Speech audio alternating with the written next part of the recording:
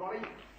That Elaine lady, because of her connection with this fellow, is trying to build him up as a nice man. I'll try and destroy that image instantly.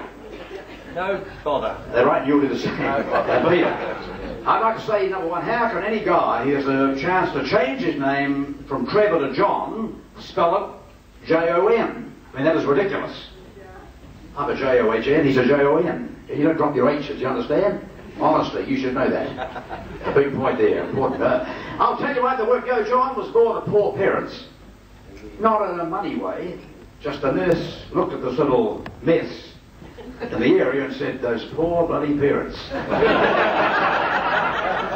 So it's gone on from there. I'm not laughing at you.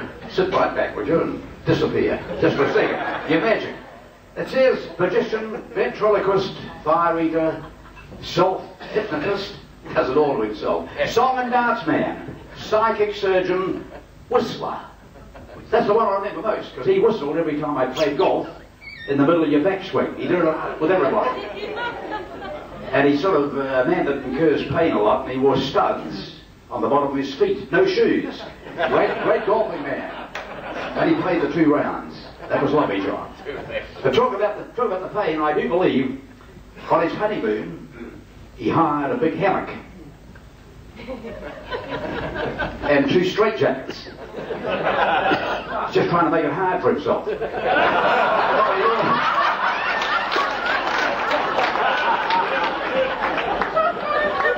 John Zealando was known as an all-time stayer. Absolutely, an all-time stayer in show business. You put him on a stage, as I've said, he wants to stay there forever. Right, that's the same guy. I do remember working with him at a nightclub in Manukau City, the name of which I forget, but Phil would remind me, but it was just north of Manukau City, in the complex there. And I'd done my 2-minute giveaway bit. That's the better than having sponsors. I could do 2 minutes and make money. Then John came along. He was into his 35th minute, and I was in my 3rd. Any bloody money. Not a hell of a lot. I was there having my 3rd beer, sort of relaxing a bit, and the manager came over to me and said, could you get that bastard off? He's costing me a fortune.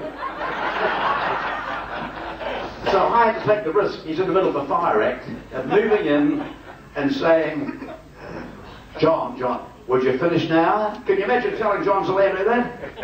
I'm covered in burns now. I can show you them all over my body.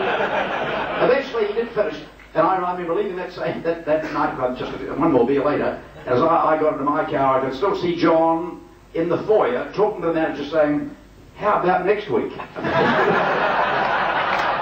He always had confidence. You got to say, even though it was no good, he had confidence. You got to say that. The only guy that could turn a 20-minute spot into a 1-hour spectacular. I mean, that was Manukau City. I could take you further afield. Down in Dunedin, at a trade fair that I did for a number of years at the St Kilda Sports Stadium, John was a celebrity guest there, and he liked that. He loved it.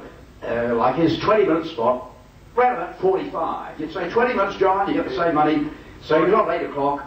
He'd run around about 9, and the show started at 9:30, which wasn't very fair on the exhibitors. Paying their money. So he was trying to say, give a chance to go and see things, John. They love you, but I'll give you 20 minutes. So after 3 nights, we put his time to 9:15, and he finished as the lights went out and the doors shut. So he got back on John Zealando. It wasn't quite like that. I do remember the same venue, John. I remember this. I had a good friend, Peter Sellers, a sports announcer. I know him well, and he moved in Dunedin, and he always came to see me if I was at this venue in St Kilda, and he'd take a week off while I worked just to come and say howdy and talk about old times. This year he struck John Zealando as well. He didn't plan that, you see. So he came to see me one matinee, and he had to wait for me to finish backstage after John had done his 20, 30, 40, 50 minutes. So he's getting a wee bit impatient anyway, and said, hey, come on. And he's trying to beckon me to come out. I said, I'll see you over the pub at 5. We'll meet you over there, right? This is around about 4:30. So we make a burst for this particular hotel, not very far away from the ground. And sure enough, as we walk into the bar, who was at the bar? We're all staying at this place. John and I are staying, resident in little units out the back, separate. And never that close. Good friend, but never that close.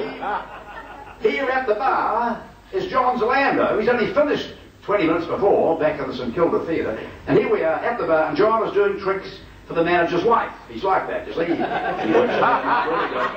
You got cigarettes coming out here and cards, and this mate of mine, he comes up alongside, he'd ordered 2 beers, and he sees this guy doing tricks. He goes up, he said, that trick's not working here too, is he? He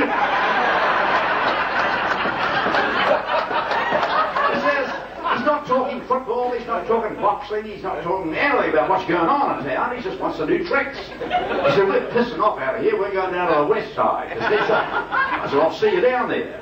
So I had 5 minutes watching John's tricks, which I've seen for 5 days, and 10 years before that I did watch.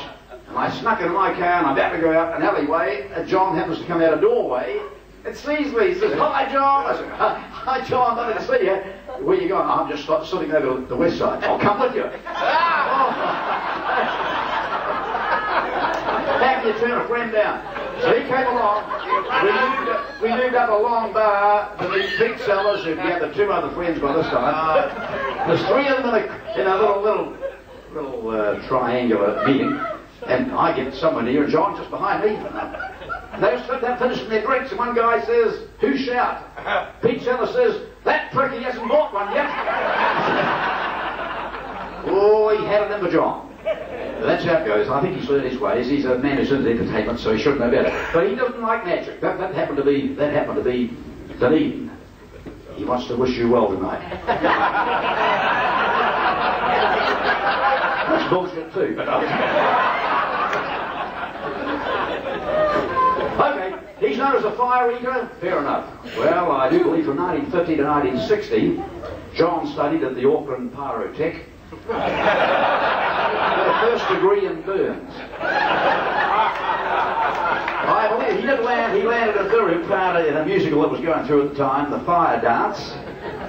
Sadly, he got a sneezing fit in the middle of the big fire number and cremated 3 musos in the pit. They kept that very quiet. Very happy. Then you come to escapology. An escapologist, they told me.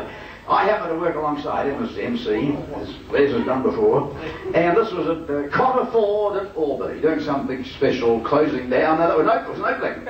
I believe they closed down later. No, this was going to be an open. Only open places. Yeah, Don't close places. That's fair enough, right? We're a closed company. Turned out, they did the old routine, they had him at the boot of this car. It was a beautiful big Ford, great boot on it, and they were going to have him chained up and then roped down and locked up like Fort Knox. Right? Did all this. Then a hydraulic hoist lifted this big body. It was a lot bigger then, of course, you understand. They lifted him over into the boot. My job was to close the boot, right? And he was going to escape from there in a record time. Escapologist. He wasn't quick enough to get his fingers out of the way before I slammed the door down. Escapologist. I had to bring the Band-Aids, John, but I'm sorry about that. He said some word in there, I'll never know quite what it was. It was sort of an echo sound like, lots of luck it sounded like. Good luck to you too. I do believe Ford had to close down in the area. He was also a song and dance band, so that has been mentioned along the way. He may have worked on the great birthday carnivals on the shore and entertained people very well here and there. But in actual fact, it gets back to basics again. He auditioned for 42nd Street 41 times and finished 43rd.